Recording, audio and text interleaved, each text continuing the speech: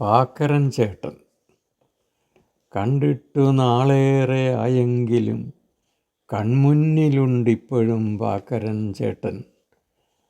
കുഞ്ഞിക്കുസൃതി കാട്ടുമ്പോൾ അമ്മതൻ ദേഷ്യം കണ്ടെന്നെയും കോരിയെടുത്തോടുന്ന ചേട്ടൻ ഇന്നുമുണ്ടൻ ഓർമ്മയിൽ പച്ചയായി.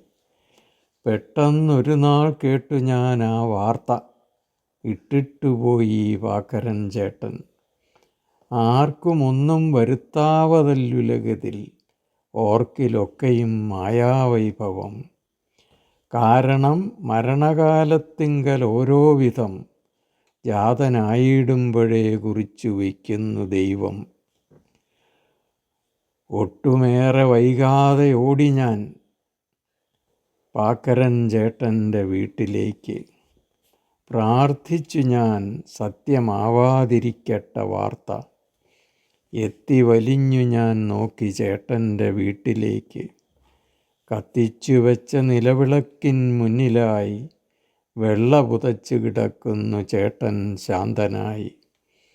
പൊട്ടിപ്പോയൻ അന്തരംഗം, കണ്ണുനീരിറ്റിറ്റു വീണൻ നെഞ്ചിലേക്ക്. കോലായിലിരുന്നാരോ പാരായണം ചെയ്യുന്നു രാമായണം. ഉച്ചത്തിൽ കേട്ടു ഞാൻ വീട്ടിനുള്ളിൽ നിലവിളി. ചേട്ടൻ്റെ ചേച്ചിയും മക്കളുമായിരിക്കാം. പോയില്ല ചേട്ടാ ഞങ്ങളെ ഇട്ടേച്ച്, ആർക്ക് തടുക്കുവാനാകുമാ വിങ്ങൽ.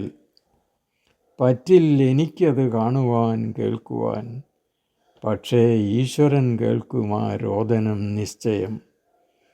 ആർക്കുമൊന്നും വരുത്താവതല്ലുലകത്തിൽ, ഓർക്കിലൊക്കെയും മായാവൈഭവം.